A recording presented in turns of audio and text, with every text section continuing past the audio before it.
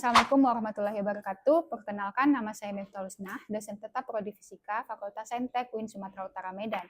Pada kesempatan kali ini, saya ingin menyampaikan terkait mata kuliah saya yang saya ampu, merupakan bidang keahlian saya, yaitu Teknik Karakterisasi Material, yang merupakan mata kuliah keprodian untuk peminatan fisika material, yang berbobot 2 SKS dengan 16 pertemuan. Pada hari ini, CPMK-nya yaitu adalah mahasiswa mampu menjelaskan prinsip fisika di balik berbagai teknik karakterisasi material yang umum dan menginterpretasikan data hasil karakterisasi material. Perkuliahan ini terintegrasi pada ayat Al-Quran surat Al-Hadid ayat 25. Pada kesempatan ini saya akan menjelaskan mengenai SEM EDS, yaitu Scanning Electron Microscope dan Energi Dispersif Spektroskopi. Mikroskop elektron itu merupakan mikroskop yang memanfaatkan energi elektron untuk mengkarakteristik suatu sampel. Mikroskop elektron terdiri atas dua, yaitu SEM dan TEM, Transmission Electron Microscope. SEM itu sendiri memiliki karakteristik seperti ini, di mana dengan karakteristiknya ini membuat SEM itu menghasilkan gambar dengan resolusi yang jauh lebih bagus dibandingkan mikroskop cahaya. Kemudian kombinasi dari keuntungan SEM, kelebihan SEM ini membuat SEM itu dapat diaplikasikan di berbagai penelitian dan di berbagai industri.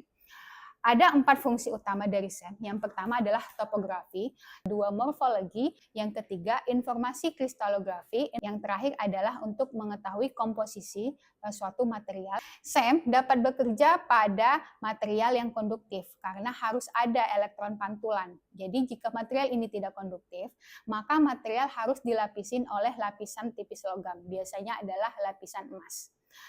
Oke, ini dapat dilihat skema SEM ya. Jadi SEM itu terdiri dari beberapa item di dalamnya yang kemudian dibuat dalam kondisi vakum. Kondisi vakum ini dibuat agar menghilangkan efek pergerakan elektron. Karena elektron ini bersifat ringan dan sangat kecil. Nah, kemudian untuk meminimalisirkan gas yang dapat bereaksi dengan sampel sehingga akan menghasilkan gambar yang bagus. Ini prinsip kerja dari SEM. Sebuah pistol elektron memproduksi sinar elektron dan dipercepat dengan anoda.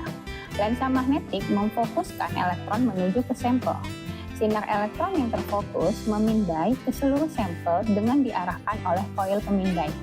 Ketika elektron mengenai sampel, maka sampel akan mengeluarkan elektron baru yang akan diterima oleh detektor. Oke, dapat kita lihat ya, akan ada dihasilkan 4 jenis elektron. Yang pertama primary elektron, kedua secondary elektron, yang ketiga backscatter elektron, yang kemudian X-ray photon. Oke, EDX atau energi dispersif X-ray spektroskopi, di mana EDX ini untuk melihat ya, mengukur komposisi karakteristik kimia dari suatu material, di mana setiap sampel memiliki struktur atom yang unik, sehingga memungkinkan sinar X itu untuk mengidentifikasinya. Oke, jadi ini prinsip kerja dari EDX, di mana seperti ketahui tadi bahwa suatu elektron yang berenergi sangat tinggi menumbuk sampel, ya kan? Kemudian elektron tersebut menumbuk elektron yang berada di kulit terdalam, sehingga menyebabkan terjadinya lubang elektron di bagian itu. Karena ada lubang, maka elektron di kulit terluarnya mengisi lubang tersebut. Karena adanya perbedaan energi dari kulit yang berenergi tinggi ke energi yang rendah, maka akan ada pelepasan energi, yaitu dalam bentuk X-ray. Pelepasan sinar X inilah yang menciptakan garis-garis spektrum yang sangat spesifik untuk setiap elemen. Dengan cara ini, data X-ray emisi dapat dianalisis untuk material kita. Oke, ini keluaran dari SEM dan EDS. Kalau SEM, keluarannya berbentuk citra, dapat kita lihat bahwa setiap material itu memiliki bentuk partikel, susunan partikel yang berbeda-beda.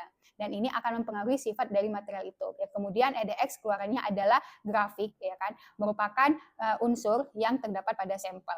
Oke, maka dapat kita simpulkan bahwa SEM itu memiliki 3 kelebihan. Resolusinya tinggi, mampu menganalisis unsur tanpa merusak sampel. Yang ketiga, adanya kombinasi analisis morfologi dan komposisi kimia. Kelemahannya, yang pertama, resolusinya masih lebih rendah daripada TEM, harus vakum, kemudian sampel harus konduktif, kemudian hanya mampu menganalisis permukaan yang dangkal. Oke, sekian materi saya ucapkan terima kasih. Assalamualaikum warahmatullahi wabarakatuh.